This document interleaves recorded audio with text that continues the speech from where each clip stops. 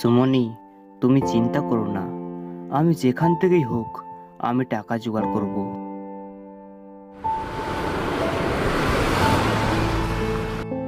এতগুলো টাকা কে আমাকে ধার দিবে? আর ধার দিলেও আমি সামান্য রিক্সাওয়ালা হয়ে 2 লক্ষ টাকা কেমন করে তাকে ফেরত দিব? হঠাৎ রমেশ লক্ষ্য করলো রাস্তার পাশে কিছু লোকজন ভিড় করে আছে।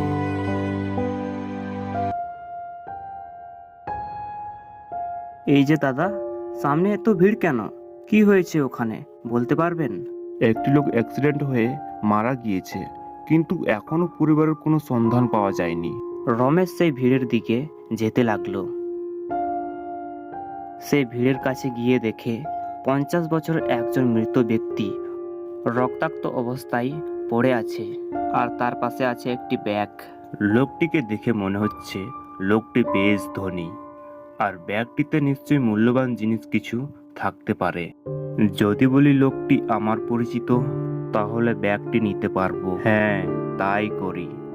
আগে ব্যাগটি যদি নিতে পারি, তাহলে ব্যাগটিতে টাকা পয়সা পাবো, যা দিয়ে আমার অনেক উপকার হবে। কথাগুলি ভেবে রমেশ লোকটির পাশে বসে পড়লো আর মিছিমিছি অভিনয় করে কাঁদতে শুরু করলো। কাকা, কি হয়ে গেল? হায় হায় হায়, এখন আমার কি হবে?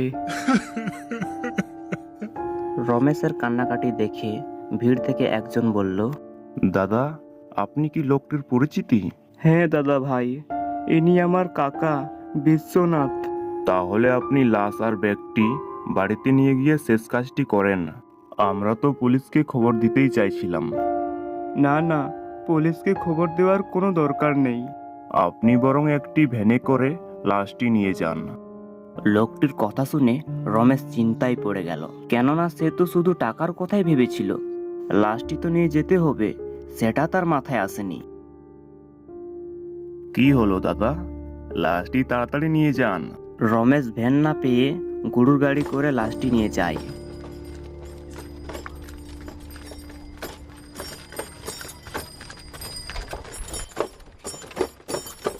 লাশটিকে নিয়ে যেন কোনো ঝামেলায় না পড়ি। না না, এইসব ভেবে লাভ নেই। বাড়িতে গিয়ে ব্যাগটি খুলে দেখবো যে ব্যাগের ভিতর কি আছে।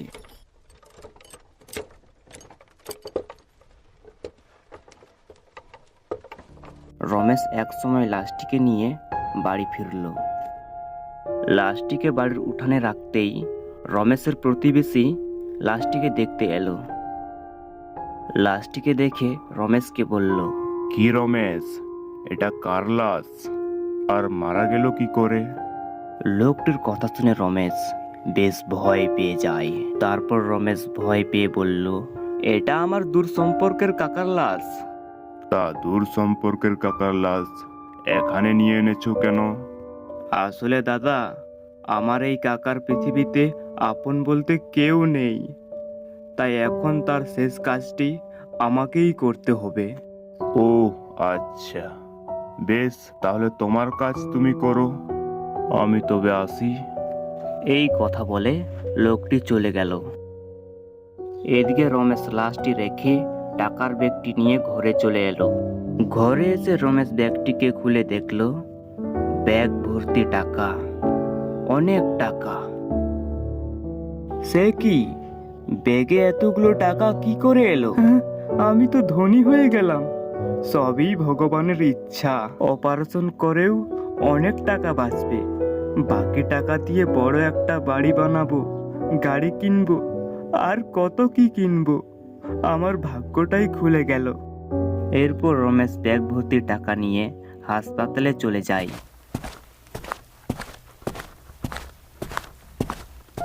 রমেশ হাসপাতালে এসে তার স্ত্রীকে বলে, সুমনি, দেখো কতগুলো টাকা এনেছি। এই যে ব্যাগ ভর্তি টাকা, আমরা এখন আমাদের ছেলের অপারেশন করতে পারবো। আজকের পর থেকে আমাদের কোনো অভাব থাকবে না। তা তো বুঝলাম, কিন্তু এতগুলো টাকা কোথায় পেলে? চুরি করনি তো?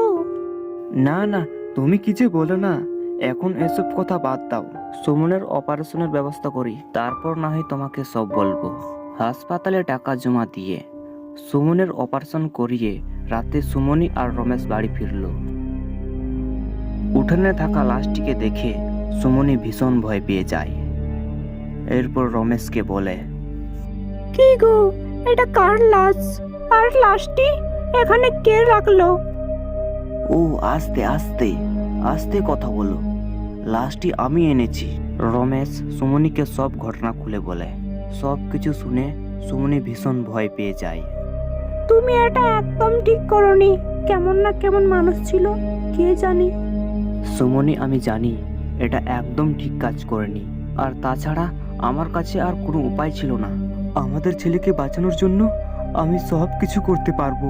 চলো দুজনে মিলে ওই লাশটিকে মাটির নিচে পুঁতে ফেলি। এখন অনেক রাত হয়েছে, কেউ জানতেও পারবে না। সুমনিকে বুঝিয়ে তারা দুজন মিলে লাশটিকে মাটির নিচে পুঁতে ফেলে। রাত অনেক হয়েছে, রমেশ আর সুমনি ঘুমিয়ে পড়ল। রাত যখন অনেক গভীর, রমেশ একটা স্বপ্ন দেখছিল। টাকার ব্যাগটি নিয়ে রাস্তা দিয়ে হাঁটছিল, তখনই পিছন দিক থেকে একটা বাস রমেশকে ধাক্কা দিয়ে বাসটি চলে যায়। রমেশ এমন একটা ভয়ানক স্বপ্ন দেখে সে ঘুম থেকে উঠে বসে। তারপর তার চোখ যায় ঘরের কোনায় সেই টাকার ব্যাগের দিকে। রমেশ বিছানা ছেড়ে টাকার ব্যাগের কাছে চলে আসলো। রমেশ ব্যাগটি এক নজরে দেখতে থাকে। রমেশ যেখানে লোকটিকে পুঁতেছিল সেখানে সে চুপচাপ দাঁড়িয়ে রইল। রমেশ পিছনে ঘুরে দেখলো সেই মৃত লাশটি দাঁড়িয়ে আছে। রমেশ ভীষণ ভয় পেয়ে যায়। তুমি তুমি তো মারা গিয়েছো। সকলের জন্য আমি মারা গিয়েছি, কিন্তু তোমার জন্য আমি জীবিত। কি, টাকাগুলো দেখে খুব লোভ হচ্ছিল, তাই না?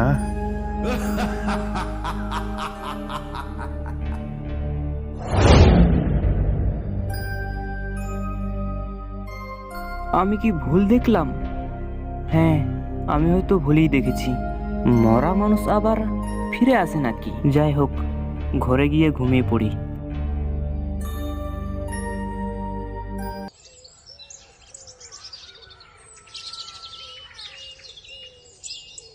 রমেশ ঘুম থেকে জেগে দেখলো সেই মৃত ব্যক্তিটি দাঁড়িয়ে আছে। তুমি? হ্যাঁ, চলো। রমেশ, টাকাগুলো খরচ করবে না? তুমি চলে যাও এখান থেকে, চলে যাও এখান থেকে। রমেশের কথা বলা শুনে সুমনি ছুটে এলো। কি গো, কার সাথে কথা বলছো? এখানে তো কাউকে দেখতে পাচ্ছি না। সুমনি, ওই লোকটি এসেছিল, শুধু আজই নয়, কাল রাতেও আসছিল। কোন লোকটার কথা বলছো তুমি? ওই যে কাল রাতে যে মানুষটিকে মাটি চাপা দিলাম, সেই লোকটি। কি বলছো সব আবল তাবল? মরা মানুষ আবার কিভাবে আসবে? তুমি এইসব নিয়ে বেশি চিন্তা করছো। হাত মুখ ধুয়ে নাও, আমি তোমাকে খাবার দিচ্ছি। হ্যাঁ ঠিক আছে, আমি হাত মুখ ধুয়ে নিচ্ছি। রমেশ খাবার খাচ্ছে, ঠিক সে সময় তার চোখ পড়ল দরজার দিকে। সে লক্ষ্য করলো সেই লোকটি রমেশের দিকে তাকিয়ে আছে। এবার রমেশ দু চোখটি ফিরিয়ে নিল। এইভাবে রমেশ সেই লোকটি সব জায়গায় দেখতে পেত। রমেশ যেখানে যেত লোকটি তার সঙ্গেই যেত। রমেশ এক সময় ধীরে ধীরে প্রায় পাগলের মতো হয়ে যেতে লাগলো, আর প্রতিটি রাতে সেই একই রকমের স্বপ্ন দেখত। সে অ্যাক্সিডেন্ট হয়ে মারা গিয়েছে।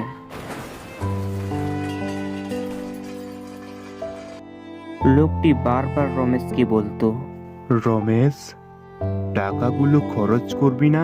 রমেশ একসময় সিদ্ধান্ত করলো টাকাগুলো খরচ করবে। রমেশ টাকার ব্যাগটি নিয়ে খরচের উদ্দেশ্যে রওনা হলো। রমেশ যখন রাস্তা দিয়ে হাঁটছিল তখনই পিছন দিক থেকে একটি বাস রমেশকে ধাক্কা দিয়ে চলে যায়।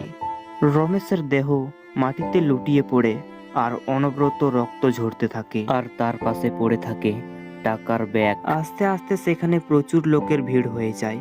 সেই লোকটি রমেশকে দেখে মুচকি মুচকি হাসতে থাকে আর রমেশকে বলে, টাকার উপর বেশি লোভ তোর, তাই না? টাকাগুলো খরচ করবি না? আস্তে আস্তে রমেশের প্রাণ পাখিটি খাঁচা ছেড়ে বেরিয়ে গেল আর মাটিতে পড়ে রইল তার প্রাণহীন দেহটি।